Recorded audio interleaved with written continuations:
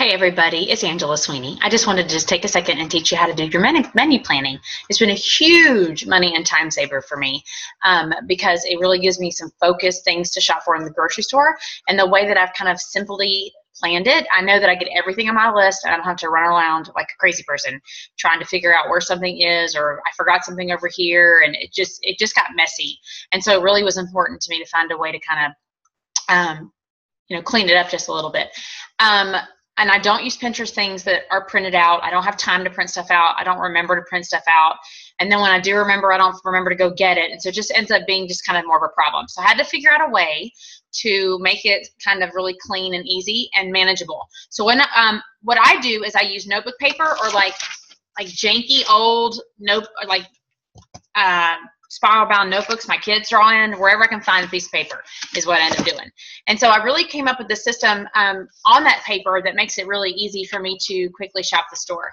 At the top margin of the paper, I do Monday, Tuesday, Wednesday, Thursday, Friday, Saturday, Sunday. I do my shopping from Monday to Sunday because I go to the grocery store on Monday. And so, but if you're a Saturday shopper, your calendar would be arranged just a little bit differently. And I only ever really cook dinners because Josh eats a lot of leftovers for lunch, and then I do my protein shake. So I don't only really write down my dinners. And if there's a night that maybe I have to do something quick, I'll kind of note it really small up in this menu area just so I don't, as I'm planning, I don't forget.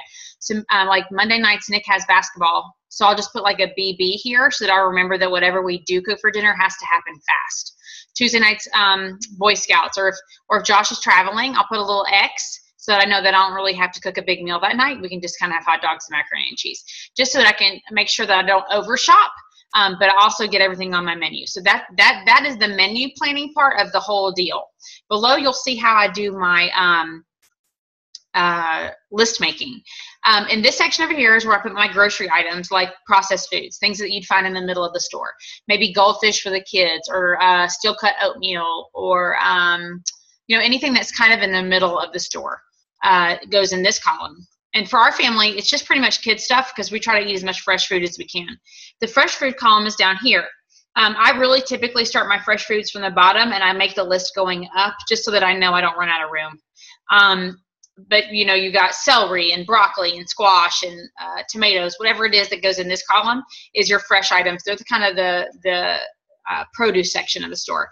Or maybe even like pine nuts. They're not really a produce item, but they're found in the produce section. And so that food is where it goes here. And then I have a dairy section for milk and cheeses. Meats that are not frozen go here. And then, so like chicken thighs or ham or bacon even will go in that column. Frozen foods go here. So even frozen pizzas go in this area. Breads, quesadillas, taco shells, anything that can be found in the breads section of the grocery store is here. And then non-grocery items like toilet paper or paper towels go in the non-grocery part here. So that when I go to the grocery store and I'm in the produce section of the store, all I'm looking at is here. I'm not scanning all over my entire list trying to make sure I got everything. When I'm in the meat section, all I have to focus on is here. I get everything from the meat section, and then that part's done. It just happens super fast that way. I can do 2 grocery stores, which includes Walmart, in less than an hour. So it's super fast. But this is what it looks like on my every week. I stick to this pretty well because it has helped me a whole lot. So that's kind of the format. This is a real life. This is my menu for this week. My menu planning board. I keep a clipboard nailed. There's a little nail hook in my cabinet door, and this hangs there so that all week long I can access what our plans are for the menu and not have to try to remember everything. And so once I go to the grocery store, this hangs back up in the nail on the cabinet where I can pull it back down next week and start the process all over again. But you can see I've got my produce section here, grocery here, and as I'm in a section shopping, as I pick something up, I scribble it out pretty gray, so that I know I've already gotten it. And then when that section is completed and my shopping is done, I'll put just a big slash through the middle of it, because that reminds me visually that I don't need to go there anymore on my list. I don't need to return here to find out, to even look back to see if there's anything that was skipped, because I've got it all done. I don't even think about it. And then when I get home from the store, this goes back on the cabinet door so that I can just refer back to it the whole week. But as the week progresses, I run out of stuff. And so I want to make sure I pick it up from the grocery store the next time I go. And so to make sure that happens, on this same menu planning sheet that I have up for the week, I put things in capital letters so that I know that next time I need to pick these up. These need to go on my next list. So like hot sauces, olive brine, wine, air filters, all that kind of stuff. This goes back on the wall, and then when I get my new paper for next week, I can go back and add these capital letter items to my list and make sure I pick them up when I go again. And my husband knows that too. He knows to note in caps as well. So that's kind of my working document for that. And then to make it easier for me, because sometimes I just don't know what to cook. It's just like your brain gets tired and you can't think anymore. So on the back of my clipboard on the last page, I have like a nasty old piece of paper that Abby's colored all over. It's the only paper I could find at the time. I'm just popping too much out here. I had keep like a running list of main dishes and side dishes that we like, so I can go back and refer to it. So that it's easier for me to be creative for the week and I don't repeat things because I can't think of anything else. And then when the week is done, I take the same piece of paper, and on the nail that the clipboard hangs on, I just push this piece of paper onto that nail and it just hangs there. So I have probably a month or 2 months worth of old sheets hanging there. So if I ever need something easy to remember, I can go back and refer to this if I need more menu planning ideas. I don't want to have to use my brain if I don't have to. So that's kind of the way that thing works. That's my menu planning system on paper. And then I wanted to show you really quickly how I do it with Pinterest, because this helps me a lot too. I use Pinterest for recipes, but I also use allrecipes.com, because on that website they give you reviews and you can kind of see how people tweak the meal a little bit, or maybe some substitutions that they made, and you can it kind of shortcuts the trial and error process for you. But here is my Pinterest board. Hold on a second.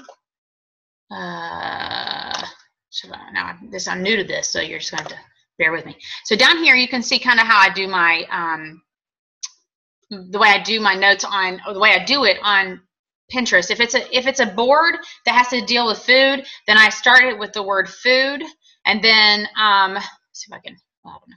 I start with the word food and then note what it is. Food, breakfast, food, appetizers. Up higher, I've got food side dishes, food main dishes. I've got food gluten-free, things like that help me really kind of focus on what I'm looking for. It's not dinner and breakfast and lunch, because I want to sometimes mix and match things in a different way, and I don't have to dig through hundreds and hundreds and hundreds of recipes to figure it out. I have 7.1 thousand pins on my Pinterest board. I am not kidding. Crazy. But they're all useful to me, recipes and house stuff and all that. So I really want to kind of keep it focused. But what I wanted to show you is, this is how I note my food stuff. It took me about 3 days to organize it to do this, which you don't have to do. The most important thing I wanted to show you is this board right here is called This Week's Menu. And I have this board as a new board every week. And I pin from, let's say I want, to add some certain breakfast recipe to my menu this week. I could open this board and repin something into my This Week's Menu board, so that I don't have to sift through all those things again this week. It kind of filters out what I really want and puts it on this week's menu board, and so that it pops up. Like this week we had buffalo ranch chicken meatballs, and I didn't have to go through my main dishes board to find that. It was right here on this week's menu. I made black bean soup this week, and I made Greek salad with avocado. So all these things were things that I made this week, and I didn't have to go hunting through hundreds of pins to find them because of this week's menu.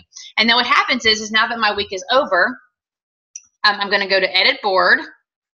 I'm going to delete the board. Do I want to delete this week's menu? I do. And so there you go. I delete that menu board and I start all over again. So let me see if I can give you an example of how I do it. Let me find another food board here. Take a little bit longer. You can see I have a lot of pins. It's a lot. Okay, getting close. All right, so let's pretend we're going to make dessert. It's somebody's birthday. So if I want to make it and pin it to my This Week's Menu board, I'll go over here, a pin that I've already pinned, I'll push pin it again, and then it tells me I've already saved this pin, but I know it because I just pulled it from Pinterest. But what I can do is I create a new This Week's Menu board.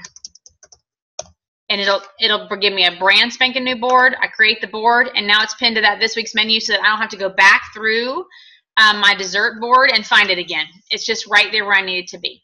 So that's kind of how I work my Pinterest account to help me with my menu planning. It just slims down the process quite a bit. So I hope that I was able to help you. I don't know. You don't have to take my ideas if you don't want to, or you can take a couple of them and not all of them. But I am a very simple-minded person, and so this process really works for me. It saves me a ton of money on my grocery bill, and it saves me a ton of time at the grocery store. And sometimes when you're dragging kids through there, you'd kind of rather shoot yourself in the foot. This really helps because it helps you stay focused. And as a matter of fact, your kids can help you do your shopping too. So I hope it helped. And also, I'm also going to start posting weekly my menus as I put them together, because I have a lot of people doing the detox with me, and they kind of need some ideas for healthy eating. So I'm going to be posting my menus on Facebook.